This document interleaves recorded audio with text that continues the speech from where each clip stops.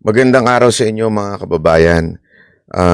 Gusto ko lamang pong i-update kayo sa issue nitong threat. Noong isang araw, diniscuss ko na po ito sa inyo pero hindi pa ho kumpleto. Dahil akin po itong pinag-iisipan kung nararapat ba na gumawa ako ng video just in case may mangyari. Putragis, no? Yung, alam mo mga kaibigan, hindi ko naman siyempre pwedeng baliwalain. Pero yung pagmumukha ni Banat Bay, parang hindi mo talaga pwede pagkatiwalaan eh, oh. Oh, game. Ganito po kasi kwento nun. Nung panahon na tayo po ay nagdi-discuss patungkol po una kay Bantag, meron na po akong natatanggap na threat through emails, texts, and calls. Na sinasabing, wag mo ituloy yan kung ayaw mo sumunod kay Percy Lapid. So, mga kaibigan, hindi ko po makita yung logic na dinidiscuss yung kay Bantag tapos isusunod kay Percy Lapid. Kasi mga kaibigan, kung iintindihin mo yung kanyang sinabi niya na noong nag-discuss daw siya kay Bantag, nakakuha siya ng email and text na wag daw ituloy kasi baka sumunod siya kay Percy Lapid.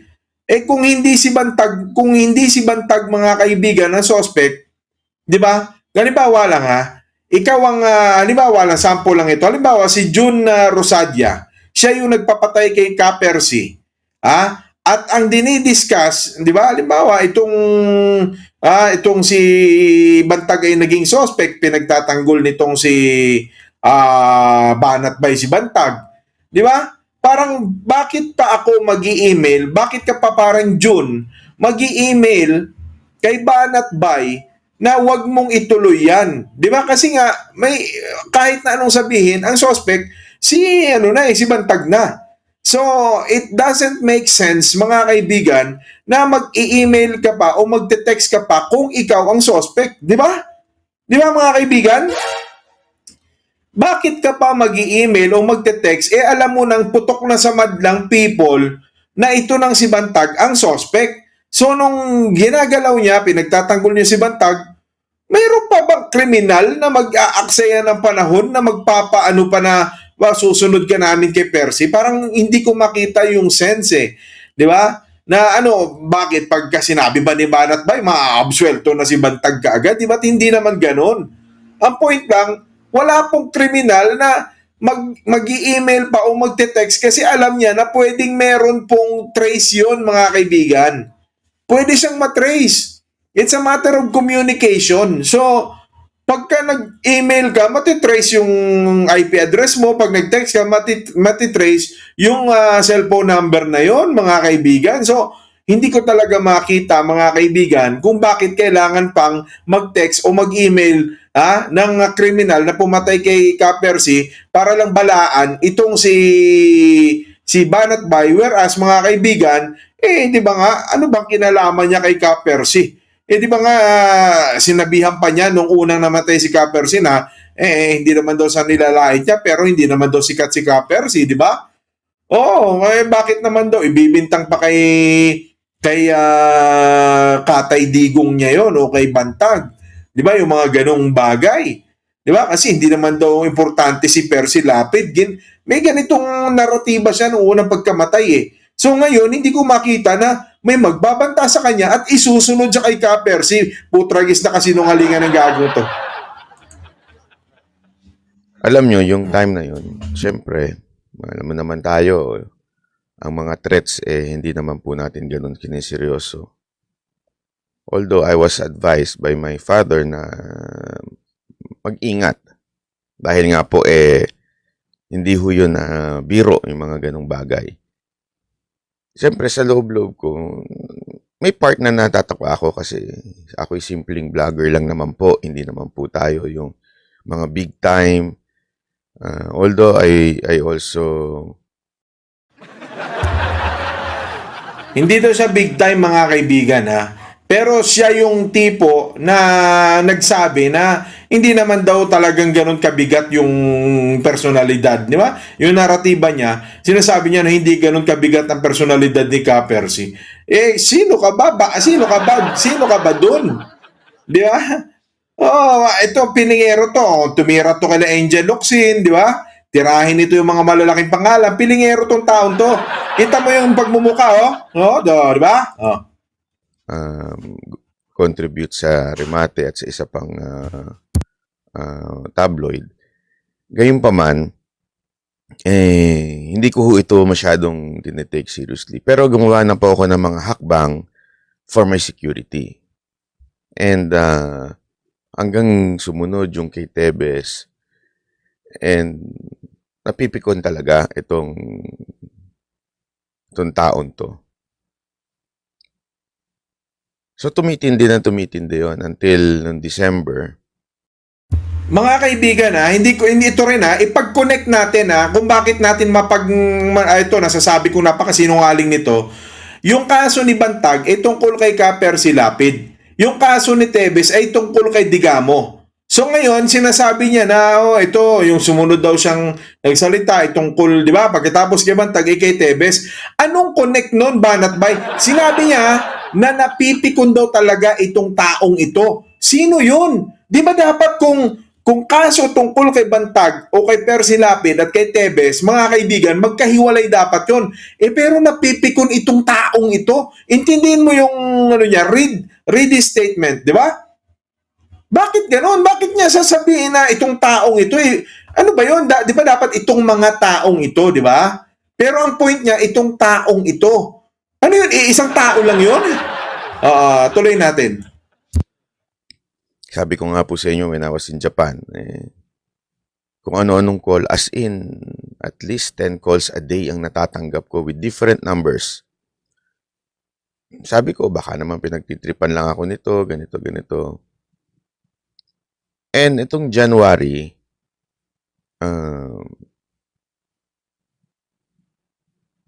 meron pa rin akong mga natatanggap. Okay lang, sabi ko. Sige, okay lang.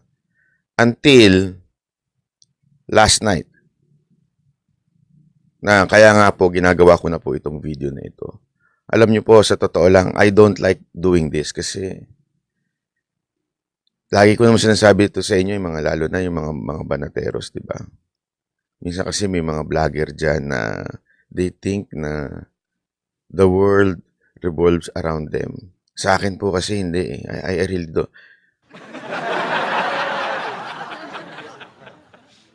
Grabe, no, mga kaibigan, ano? Ang tindi ng mga ganitong klaseng, di ba, mga actingan, no? Mga dramatista to mga tao na to, di ba? Grabe, di ba?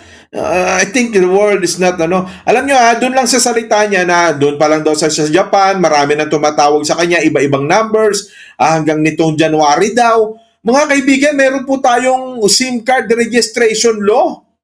Di ba, nire-register na lahat ng SIM card ngayon? So kung marami mga kaibigan at natutulig na siya doon sa mga pagbabanta sa kanya, ang lakas-lakas pa naman yan noon, 'di ba? Malakas pa rin yan mga yan kahit na may kontak sa gobyerno yan, 'di ba? Bakit hindi mo pinaiimbestigahan sa CIDG o 'di ba sa mga otoridad kung bakit ka tinatawagan ng mga ganung numbers na nakakatanggap ka ng samot-saring banta? Di ba? Kasi nga, banat bay ka Di ba? I'm just a messenger. I don't want to be the topic. Diba? As much as possible, I don't want to center to myself. Ayokong, alam mo yun, feeling masyado na ganito importante. Hindi ko yan tipo dahil isa lang akong tao. I mean, compare sa ilang milyong mga Pilipino, ano ba naman ako? Tragis na pagmumukha mo, banat ba Talagang, alam nyo, galing talagang tumira ng kuha simpatya talaga Di ba? Kuha simpatya tuloy. Yun lang lagi nasa isip ko. Well, OA yan, ganyan. But last night, I received a very concrete news. Ito kasing konteksto nun.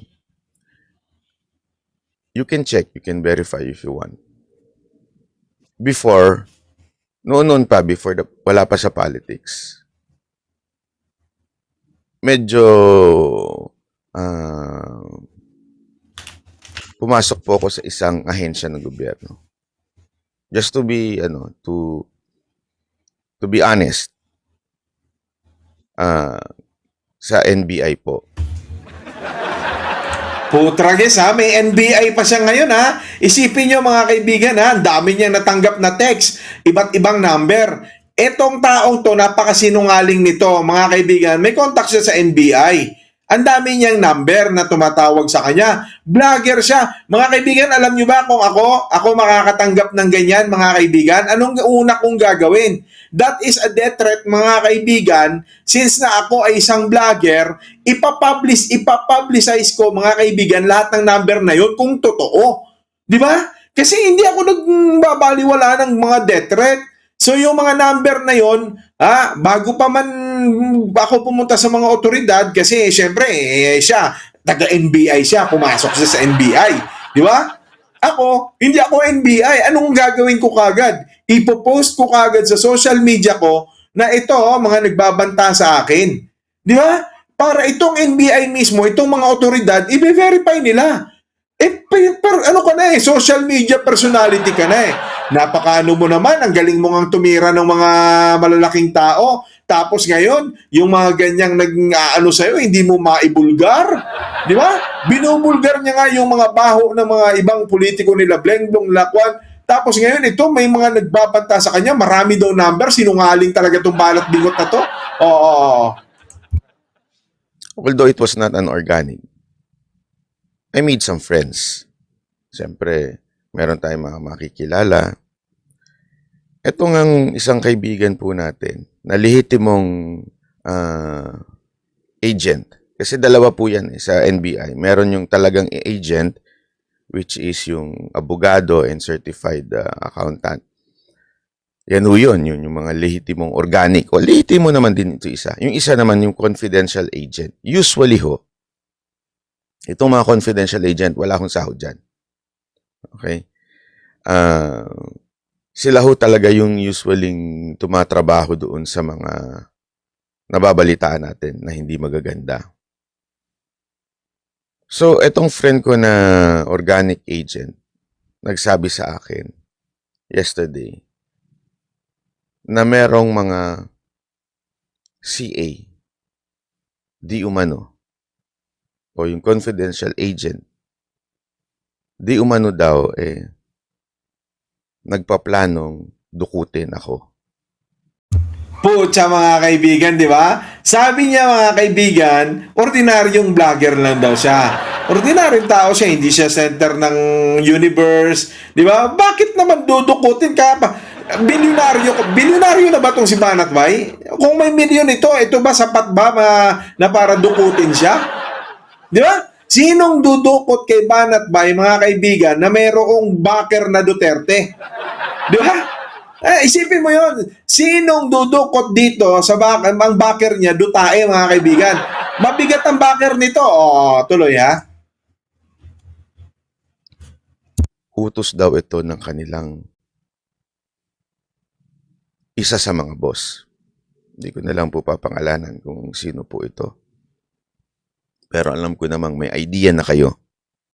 So, ibig sabihin, mga kaibigan, taga-NBI. Kasi nga, mga kaibigan, sinabi niya, mga kaibigan, ang sabi niya, mayroon daw siyang friend doon sa loob ng NBI na isang organic agent. Ngayon, nagsabi yung kaibigan niya, kayo, kung tama yung pagkakaintindi natin, pinapakinggan natin siya meron siyang kaibigang organic agent na nagsabing may mga CA daw o confidential agent na nagbabalak siyang dukutin sa laki ng langaw sa mukha mong yan di ba? Ngayon, bottom line mga kaibigan, ang nag-utos daw nun ay isa sa mga boss. Sino ang boss ng mga confidential agents? Di ba? Kung boss ka na, kung ikaw ay agent mga kaibigan ng NBA, ang boss mo director. Di ba? O kaya kapitan, o kaya team leader ng isang departamento. So, sinong boss? Ibig sabihin, mga kaibigan, mula sa istorya niya, na doon pa lang sa panahon ni Bantag na nagsalita siya, Tapos daw tinalakay niya rin yung kay Tebes, meron daw isang tao, di ba? Yung tao na to napipikon. Tapos ngayon, pumunta tayo dito sa NBI, mga kaibigan, confidential agent, na mayroong boss na dudukutin siya. Putragis, sino yon? Ibig sabihin, mga kaibigan, isang tao lang yun. Yung sinasabing, baka gusto mo sumunod kay Percy Lapid, pagdating sa kaso ni Digamo, yun pa rin ba yun? Isang tao pa rin ba yun? Pagdating dito sa NBI, isang tao pa rin ba yun? Yung labo nito, di ba? Samantalang hindi mo maintindihan kung bakit ito pinaniniwalaan ng mga followers niya. Kasi ang labo ng kwento niya eh. Mga kaibigan, kung ako matotodas at alam kong may totodas sa akin, ididetalye ko na maayos kasi gusto mong i-lead yung mga mag-iimbestiga sa tamang direksyon ng iimbestigahan nila. Hindi ganito, mga kaibigan. Di ba? Isipin mo yun. Sasabi ka ng gano'n, walang direksyon eh. Saan ba direksyon nun? Di ba? Sino ba pinapatungkulan niya? Sino ba? Yung nagpapatay ba kay Percy Lapid? O yung nagpapatay kay Digamo? O yung ito ngayong dating mga kakilala niya sa NBI na confidential agent? Ang labo, banat bingot, ang labo. Oo. Alam mo, hindi na biro, nagtanong-tanong na ako kasi Tangin ang mukha yan. gawain po talaga ng iba yan, ng mga ibang tiwaling. Hindi ho lahat ng confidential agent tiwali. Ako po ay naniniwala pa rin po sa ahensya, sa NBI. Actually, kung makarating po sana sa inyo to, maimbestigahan nyo. Kasi itong mga NBI na ito po ay mga profesional. Mga kaibigan ang isa pong ahensya ng gobyerno, napakarami po, tambak po ang ginagawa niyan. Kung wala pong formal na reklamo, mga kaibigan, bakit kanila iimbestigahan? Bakit nila iimbestigahan yung mga sinasabi nito ni Banat Bay? Di ba mga kaibigan? Publicly, bakit kailangan ka naming imbestigahan? Wala kang proper complaint. Wala pa namang nangyayari sa'yo. Di ba? Guni-guni mo lang yan. Di ba? Sino mga kaibigan? Sige nga, sumigaw ka nga dyan sa tapat ng police station, sabihin mo, oy, meron pong namboboso doon sa piling ko, may namboboso doon sa asawa ko sa banyo. Pwede bang imbestigahan ninyo? Di ba? Pwede ba yon? Magsasubmit ka muna ng reklamo dyan. At kukuha ka muna ng basihan doon sa aligasyon mo. Eto mga kaibigan, saka makakita, sinabi niya na isa lang siyang maliit na vlogger, hindi siya center of the universe. Di ba? Ordinaryo lang siya. Tapos ngayon mga kaibigan, nagde-demand siya na imbestigahan mga kaibigan ng NBI yung sinasabi niya sa social media. Ang kagaguhan to mga kaibigan, di ba? Napakalaking kagaguhan yan, tuloy. Mga abogado dyan, yung talaga mga organic. Ano ibig sabihin nito? Hindi ho yan nawawala. Magpalitan man ng presidente, magpalitan man ng appointing authority, hindi ho yan nawawala. Continuous ho sila. Kaya mga professional po yan. Usually, itong mga confidential agent, ito po yung mga bata ng mga in-appoint nung kasulukuyang boss yung administrasyon na yon.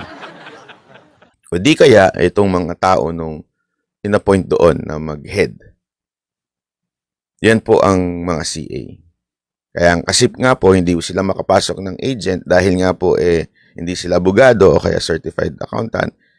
So, yun po ang sitwasyon. So, nung nalaman ko po yun, siyempre po, para sa kaalaman ng iba, nagdodobling ingat ako at nagdodoble rin po ako ng seguridad ko sa aking buhay. So, ibig sabihin mga kaibigan, magmula doon sa kasong tinalakay niya kay Bantag, kay Tebes, hanggang sa sarili niyang buhay, confidential agent pala yung pinag-iingatan niya ngayon. Nag-iingat siya mula sa confidential agent. So, ang gulo di ba? Hindi ko makita kasi pag magdidetalye ka mga kaibigan ng isang magre-report ka ng iyong sariling complaint, isusulat mo yan detalyado. Di ba? Pagka ikaw ay sinabi mo, rape victim ka o nag-aasa ka, isusulat mo, ultimong pagbaba ng panty mo, ultimong pagdukot niya dun sa ari mo, isusulat mo yon, ultimong paghalik niya, ilang beses kanyang hinalikan, paano niya sinimulan yung kanyang panggagahasa, ganun yun. Ito, nag-ahaka-haka, di ba gumagawa ng istorya? But again, as I've said kahapon, isang araw, sabi ko, lahat naman po tayo dyan ng patunguhan. Diba? Ako naniniwala ako dyan eh. Yan ang isang bagay na pinaniniwalaan ko with all of my heart. Sabi nga nila, di ba? To live is Christ and to die is gain. So hindi Putragis, parang nung nakaraang araw lang tayo, di ba? Parang nakaraang araw lang ako nag-upload dun tungkol saan mapupunta ang kaluluwa ni Duterte at ni Marcos, di ba? Di ba? Kasama yun sa pinusinta ko sa inyong talata sa Hinesis ba yun? Hindi, Matthew. Sa Mateo, mga kaibigan, gago talaga itong banat bayo na to Parang nanonood din yata itong kupal na to ng mga pinapaano ko hindi po ako natatakot. As a matter of fact, I'm okay. Bakit po? Di tapos na ang problema sa mundo na ito. Kasama mo ng Panginoon. Again, I'm not ulitin ko, hindi ko po sinasabing ako'y banal. Pero tinanggap ko ang kapatawaran na binigay ni Kristo sa akin. At ako yun ay sapat na para maging secure ako sa aking eternity. Ngayon, habang nandito sa lupa, may kanya-kanya tayong purpose sa buhay. May kanya-kanya tayong calling. And I feel this is one of my calling is to be the voice of ayop talaga to. ng alam niyo mga kaibigan kaya ako natatawa. Kasi siyempre, alam mo kung sanay ka sa barkadahan ng mga kagaguhan, alam mong nanggagago si Banat ba ramdam mo Yeah, sa akin opinion ko, karanasan ko to Siyempre, barkadahan kami ng mga kagaguhan Halos lahat ng tao, ng mga siraulo, mga gago, kilala ko. Pag magsasalita ka ng ganyan Banat ba siyempre matatawa ka kasi parang kung barkada mo to, babatukan mo tapos sabihin mo, hindi bagay sa'yo. Di ba? Tartado tong gagong to. O na mga injustices, especially with our corrupt politician, to open some eyes. Diba? Kaya nga po, just in case lang, something happened to me. Although again, dinoble ko po. So yung mga mahal ko sa buhay, wag po kayo mag-alala. Just in case lang po, ito lang yung video na ito, i-share ninyo, i-play ninyo na magkaalaman kung sino talaga ang Yumare. Kasi ito hindi na ito kwento-kwento, hindi na ito marites. Ito po ay narinig ko na po mismo doon sa kakilala natin sa loob. Teka muna, saang loob kaya yun? Loob ng Bilibid o saang loob? Loob ng Mandaluyong? Diba? Baka naman sa loob ng ng mental hospital na kaibigan niya, yung kilala niya, ang nagsabi sa kanya, di ba? At doon naman sa mga mapapag-utusan lang. Ito na ang sinasabi ko sa inyo. Kung mahal nyo pamilya mo, kung mahal ninyo ang inyong pamilya, kung alam nyo po na ang inyong pamilya ay kailangan kayo, huwag nyo na pong gawin. Dahil hindi po ako papakuha ng buhay. Tragis. Isipin mo yon, kanina lang sabi niya, ordinaryong lang ako, di ba? Hindi naman ako ganito, wala naman ako dyan. Tragis ngayon, parang biglang umarangkada ngayon, di ba? Biglang, hindi ako papakuha ng buhay. Putya, may pagmamataas na ngayon. Para magpapakita to, mga kaibigan, na humble siya, mabait siya, mababa siyang tao, tapos sabay pagmamalaki na hindi niyo ako makukuha ng buhay. Matapang ito, di ba? Parang gano'n ang gusto niya sabihin. Gagong banat bingot na to Gayon din ang aking mga kasamahan. sisiguraduhin meron mangyayari sa inyo. Hindi ho kami uurong.